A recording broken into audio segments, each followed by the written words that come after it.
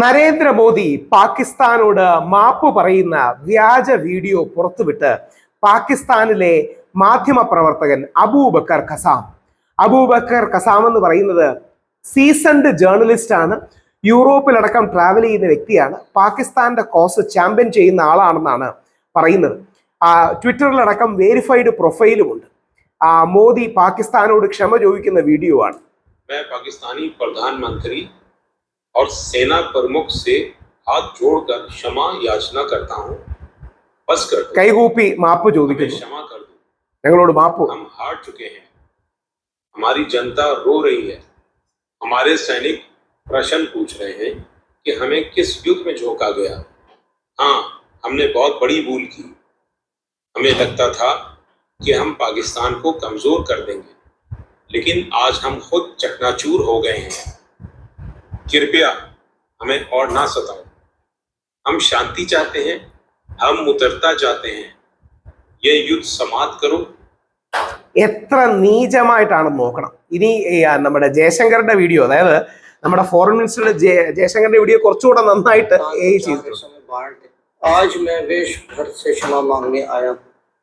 हमने विचार किया था कि पाकिस्तान को 4 हिस्सों में बांट देंगे, പാകിസ്ഥാനെ 4 ആയി പൊളിക്കാൻ നമ്മൾ ആഗ്രഹിച്ചു. पाकिस्तान को बिखेर देंगे, लेकिन आज हालात बिल्कुल उलट हो गए हैं.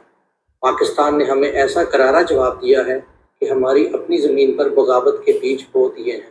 जम्मू कश्मीर की धरती पर आज नया संकल्प उठ रहा है. लोग हमारी सेना के खिलाफ आंदोलन कर रहे हैं. എത്ര നാണം കെട്ട പരിപാടികളാണ് എന്നൊന്ന് ആലോചിച്ചു നോക്കുക. ഇതൊരു വേരിഫൈഡ് പ്രൊഫൈലാണ്. നിങ്ങൾക്ക് കാണാമെങ്കിൽ ഇതൊരു വേരിഫൈഡ് പ്രൊഫൈലാണ്. ഈ വ്യക്തി ഒരു സീസൺഡ് ജേർണലിസ്റ്റ് ആണ്. യൂറോപ്പിലടക്കം ട്രാവൽ ചെയ്ത് പാകിസ്ഥാന്റെ ജസ്റ്റിസും അല്ലെങ്കിൽ പാകിസ്ഥാന്റെ ജസ്റ്റിസ് അഗൈൻസ്റ്റ് ഡിവൈസീവ് പൊളിറ്റിക്സ്, പാകിസ്ഥാന്റെ യൂണിറ്റി പറയുന്ന ആളാണെന്നുള്ളതാണ്.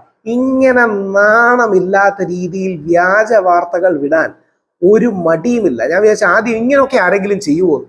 ഇവിടെയാണ് താഴെ പാകിസ്ഥാൻകാരെ തന്നെ പുള്ളിയെ കാര്യമായി ചീത്ത വിളിക്കുന്നതാണ്. പാകിസ്ഥാനിലെ ഓരോ ആൾക്കാരും ചീത്ത വിളിക്കുന്നതാണ്. പക്ഷേ ഇവരൊക്കെ ഈ വ്യാജ വാർത്തകളിൽ വിശ്വസിക്കുന്നവരാണ്.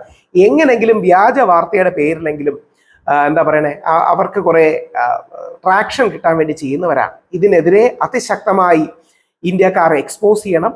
ഈ ജയശങ്കറിന്റെ വീഡിയോ ഒക്കെ വളരെ റിയലിസ്റ്റിക് ടച്ചുള്ള വീഡിയോ ആണ്, നോക്കിയാൽ മതി. അപ്പോൾ പാകിസ്ഥാനിലെ സാധാരണക്കാരായ ജനങ്ങളെ പറ്റിക്കാൻ വേണ്ടി അവിടുത്തെ മാധ്യമങ്ങളും ISIയും ആർമിയും നടത്തുന്ന നാടകമാണ്. ആ കാര്യത്തിലൊക്കെ നമ്മുടെ ഇന്ത്യൻ ആർമിയെ കുറിച്ച് നമുക്ക് അഭിമാനം വേണം. ഇന്ത്യൻ ആർമി ഏറ്റവും മെഷേർഡായിട്ട് അഭിമാനത്തോടെ മാത്രമാണ് ഇത്തരം കാര്യങ്ങൾ ഡീൽ ചെയ്യുന്നത്. ഇന്ത്യൻ മീഡിയ കുറച്ച് ഹൈപ്പർ ആണെന്ന് വേണമെങ്കിൽ പറയാം. ഇന്ത്യൻ മീഡിയ പലപ്പോഴും തൃശ്ശൂർ പൂരത്തിന്റെ കമന്ററി പറയുന്നത് പോലെയാണ് ഈ കമന്ററി പറയുന്നത്. ഇല്ലാന്ന് പറയുന്നില്ല. പക്ഷേ ഇന്ത്യൻ മീഡിയയിലെ ഒരാൾ പോലും ഇതേപോലെ പാകിസ്ഥാന്റെ ഒരു ഫേക്ക് ആയിട്ടുള്ള AI വീഡിയോ ഒന്നും പ്രചരിപ്പിക്കാൻ ഒരു കാരണവശാലും കൂട്ടുനിൽക്കില്ല. അപ്പോൾ ഇത്തരം തെറ്റുകളിൽ നിന്ന് നമ്മൾ പാഠം ഉൾക്കൊള്ളണം. പാകിസ്ഥാന്റെ തെറ്റുകളിൽ നിന്ന് നമ്മൾ പാഠം ഉൾക്കൊണ്ട് പാകിസ്ഥാനിലെ സാധാരണക്കാരെ അടക്കം ഇത് ബോധിപ്പിച്ച് അവിടുത്തെ ഈ തീവ്രവാദ മനോഭാവമുള്ള ആൾക്കാരെ എക്സ്പോസ് ചെയ്യാൻ നമുക്ക് കഴിയട്ടെ. എന്നിട്ട് ഈ അബൂബക്കർ ഖസം ചോദിക്കുകയാണ്, ജയശങ്കർ അപ്പോളജൈസ് ചെയ്തു, നമുക്ക് ജയശങ്കറിനോട് ക്ഷമിക്കണോ.